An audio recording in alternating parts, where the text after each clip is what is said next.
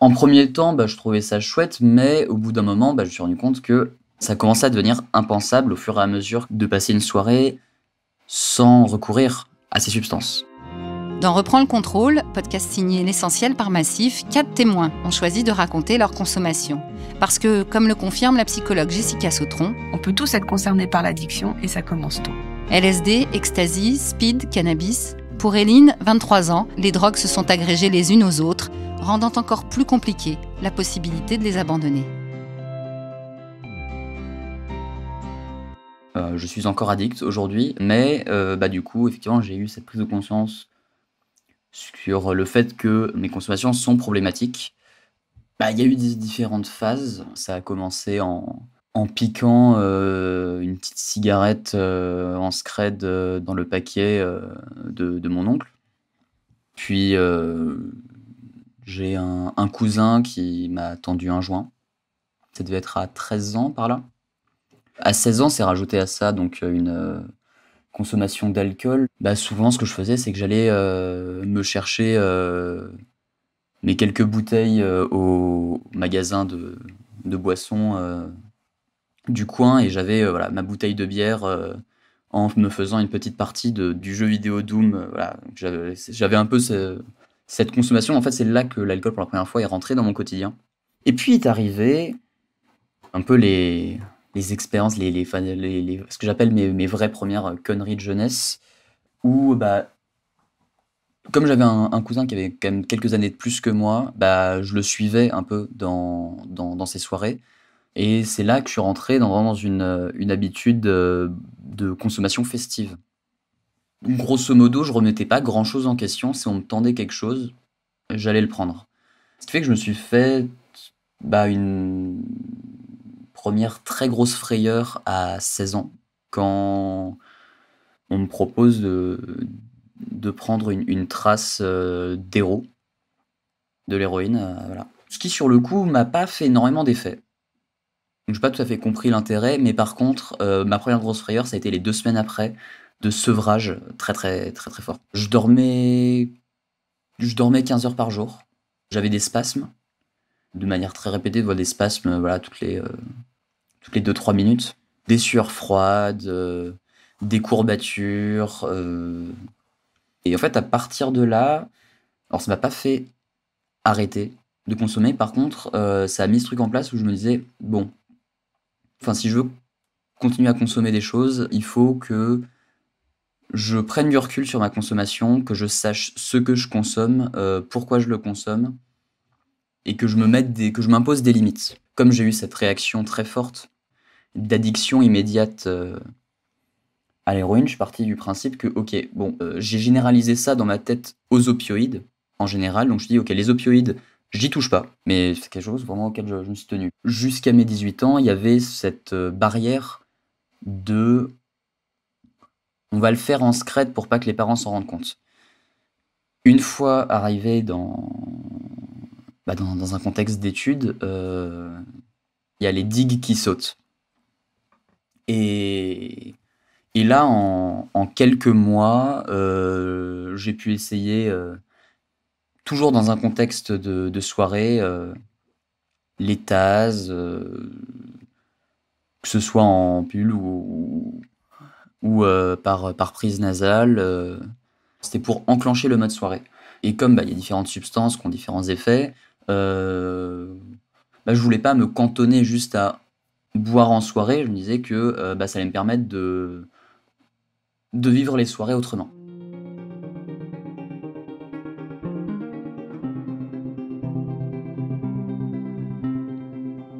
En premier temps, je trouvais ça chouette, mais au bout d'un moment, je me suis rendu compte que ça commençait à devenir impensable au fur et à mesure que les mois passaient, de passer une soirée sans recourir à ces substances. Enfin, tout ce qui est cocaïne.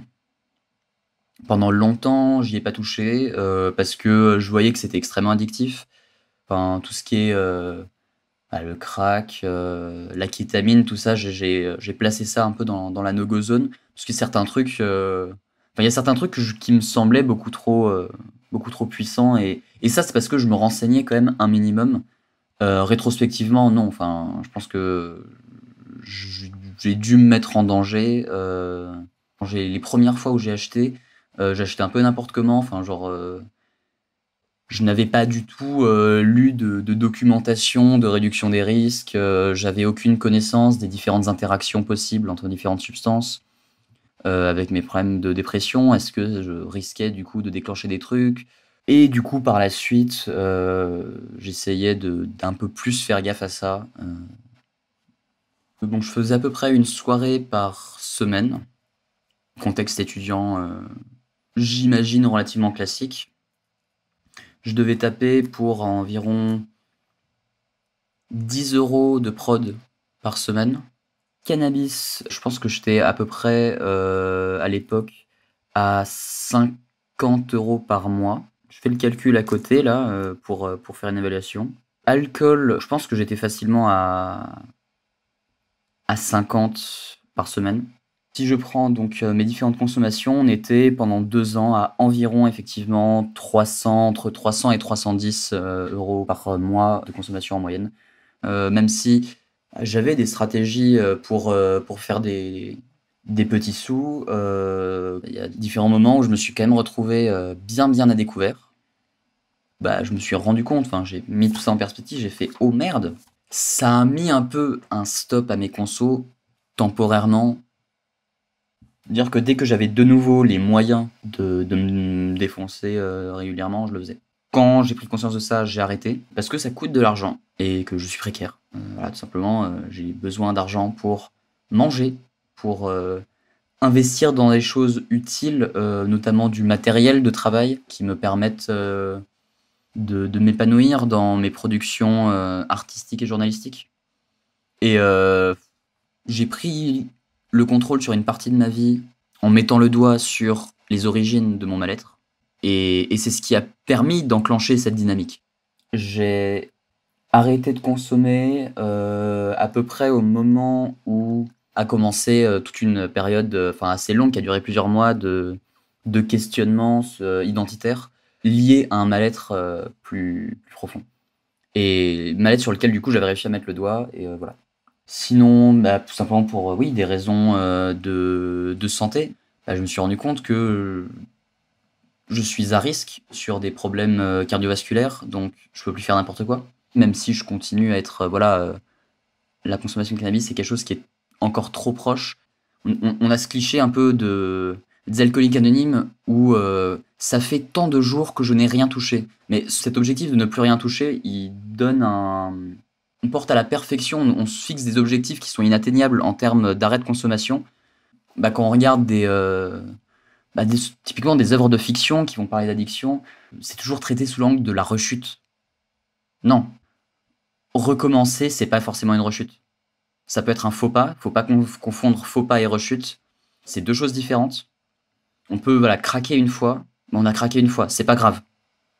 Et c'est pas un truc dont je me suis rendu compte, mais j'ai eu plus de mal à me débarrasser de ma consommation de cannabis.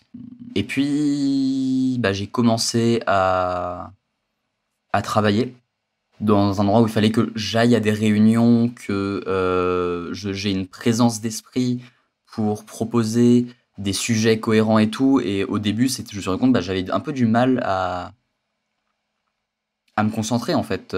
Et c'est ce qui m'a fait me dire, ok, là c'est le moment d'essayer de mettre un peu un couvercle là-dessus. Et dans un premier temps, j'ai pas réussi tout de suite à me débarrasser de ma conso quotidienne, mais j'arrivais à délayer le truc pour, en journée, ne plus du tout consommer.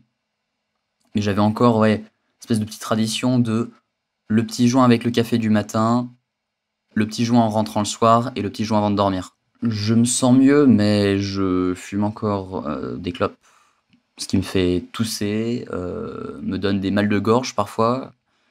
Et j'aimerais m'en débarrasser de ça, j'aimerais réussir à arrêter de fumer. C'est peut-être mon prochain chantier, en même temps que l'alcool.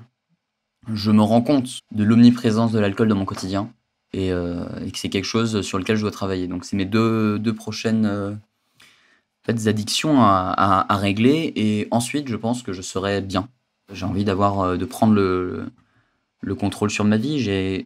Il est temps de aussi prendre le contrôle sur comment je suis et sur ce que je mets dans moi.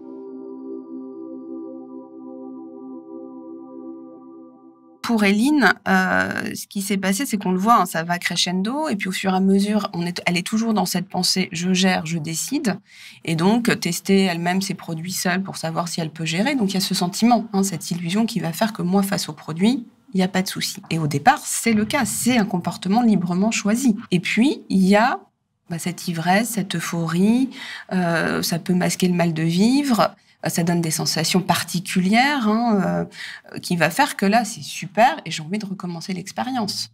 Et puis, au fur et à mesure, l'expérience, on la recommence, mais il va falloir augmenter en intensité. Pour Éline, en fait, ce qu'on peut dire, c'est que la consommation, sa polyconsommation, vient cacher autre chose.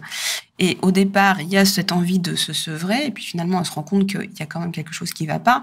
Et ensuite, c'est de comprendre les origines de son mal-être, en fait, qui était une question identitaire. On va dire que la première porte d'entrée, bien souvent, quand on est en plus dans cette tranche d'âge, ça peut être le médecin traitant. Et puis ensuite, c'est rentrer dans un parcours de soins. La prise en charge des addictions, elle est multimodale, en fait. C'est-à-dire qu'on va on va être avec le médecin, on peut être avec le psychiatre, on peut être avec le psychologue, on peut avoir des thérapies familiales, on va avoir des groupes de parole, des thérapies centrées sur le corps, des thérapies qui vont nous permettre aussi la gestion des émotions. Donc il faut vraiment une prise en charge, on va dire, entière. Mais c'est vrai que la porte d'entrée, avant tout, c'est prendre conscience que j'ai un souci.